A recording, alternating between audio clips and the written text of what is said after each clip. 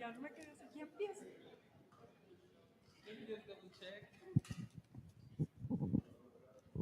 Sí, pero bueno, iba a checar allá con Marisol. Bueno, bueno, ¿me escuchan? ¿Me escuchan? Sí. Ah.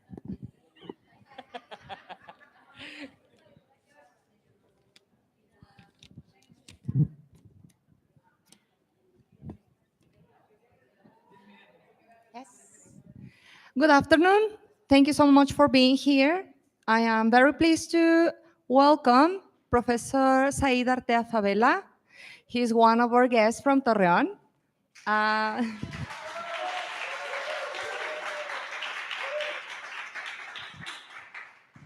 Professor Artea has worked as an English teacher for over 14 years. He holds a BA in engineering as well as an ISELT and Delta, two certificates in Cambridge ESOL. And most recently, he got an MA in ELT online with the University of Southampton. He is currently the head of the English department in Campus Torreon. Yes. And one of his professional interests is technology and is autonomous learning. He is going to be sharing his expert opinion about this topic, actually, revisiting autonomous learning. So I ask you your full attention to Professor Artea, and please help me to welcome him here. Please, one more time. Professor. All right, thanks a lot. Well, before anything, Delta is only module 2. It's, by the way, not complete yet. But yeah, I mean, let's get this done. We'll talk about autonomous learning. We'll go over initial definitions, then we will update them and talk about the research for my dissertation. After that, we will discuss the findings and talk about how we can implement autonomous learning within our context at Universidad Autónoma de Coahuila. And then in the comments part, I would like to have a very brief sketch of what I propose for the curricular design in the university. I hope this is something very brief, only about 10 minutes, hopefully. And then we can just go to the closing. All right, so autonomous learning. What is it? Is it good with salsa, by the way? I mean, please, with the person in front or behind you, discuss this for 5 minutes. What is autonomous learning? Thanks a lot. Right. Yeah, you can talk to her, please.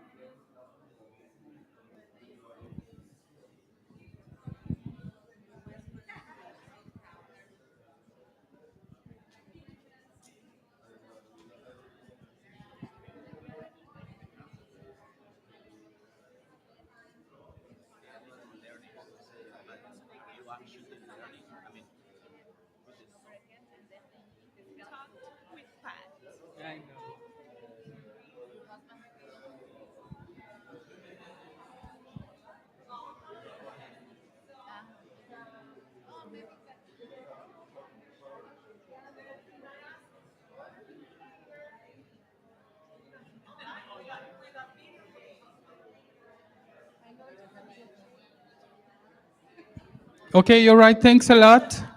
I think that's about it. All right, thank you. Okay, as you were talking, I was walking around listening to some of your comments, and I had some very interesting points. I heard, for example, the students have to do. That's something different from the traditional perspective, right? I also heard they need to learn how to learn. That's called metacognition. When we start thinking and analyzing how we learn, and that's crucial for this. Now, we all, most of us work mostly with university students, right? With developed cognitive skills. So talking about metacognition seems like a very reasonable thing to do because we can expect them to learn not only by repetition or not only from communication itself, but also from higher order thinking skills like abstraction.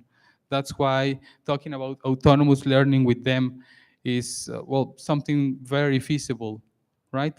Okay, I also heard something like they construct their learning. Okay, so it's not us depositing knowledge on them. All right.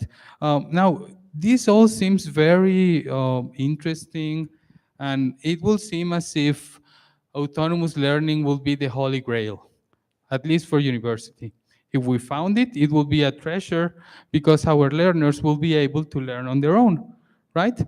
Um, the point is that autonomous learning is something different depending on where you talk about it.